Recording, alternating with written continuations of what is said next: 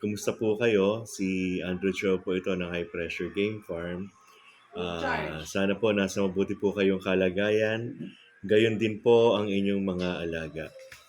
Ang i-discuss po natin ngayon ay tungkol naman sa pagbibigay ng vitamins, most especially po during conditioning period.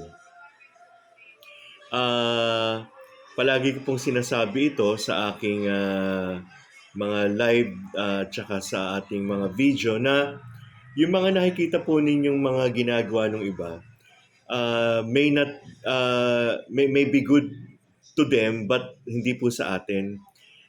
Ibig sabihin, maari pong epektibo sa kanila pero sa atin po hindi. At saka it's a matter of proper managing, proper yung timing ng pagbibigay ng mga vitamins and supplements.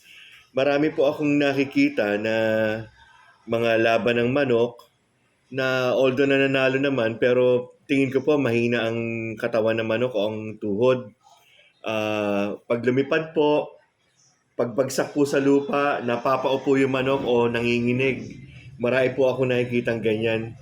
Yung iba po inaakala na sapola o yung iba po inaakala na kulang sa vitamins yung manok pero not knowing po na baka overdose na po yung manok na na kanilang inaalagaan na maaari po na sumusobra na po tayo sa bigay, wala tayong kaalam-alam imbis na lumakas yung manok natin, humihina po. It is very important for us to follow the instruction of yung guide ng mga gamot o vitamins na binibigay natin sa kanila. Like for example po, ako ginagamit ko po Battlecock product. Like for example po, yung Bitmin Pro po, ang binibigay po yan once a week.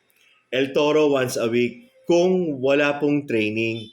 Pero pag nagko-condition na po kayo, pwede po magbigay ng El Toro na twice a week po. With training po, malakas po yung gamot na yan eh. Always remember po na kung ano po yung binigay natin sa ating mga manok, kailangan po ma-absorb nila, mailabas po nila yan. Just like po sa ating mga tao.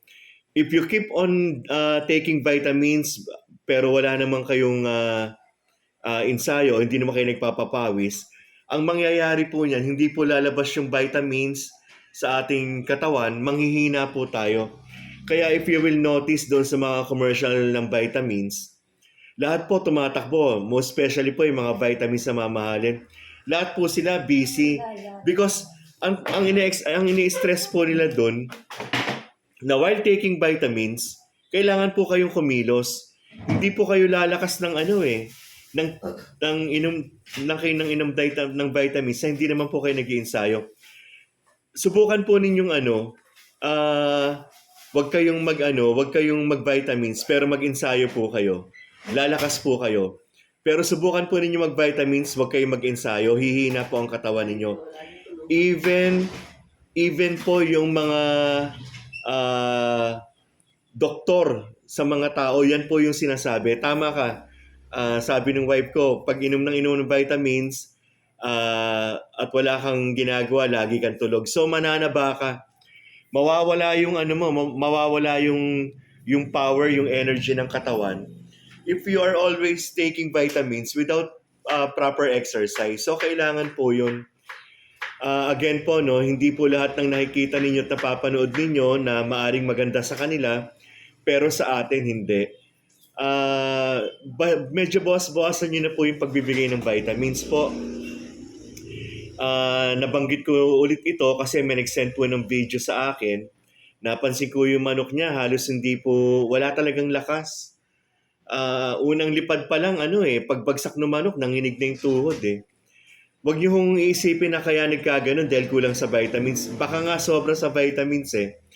Kaya sundan lang po ninyo yung instruction sa mga na binibili yung vitamins. Ngayon po, kung nakabili kayo at wala naman yung instruction, might as well po magtanong-tanong na po kayo sa mga nakakaintindi po kung ano po talaga yung maganda na gawin kapag po nagpapainom ng vitamins.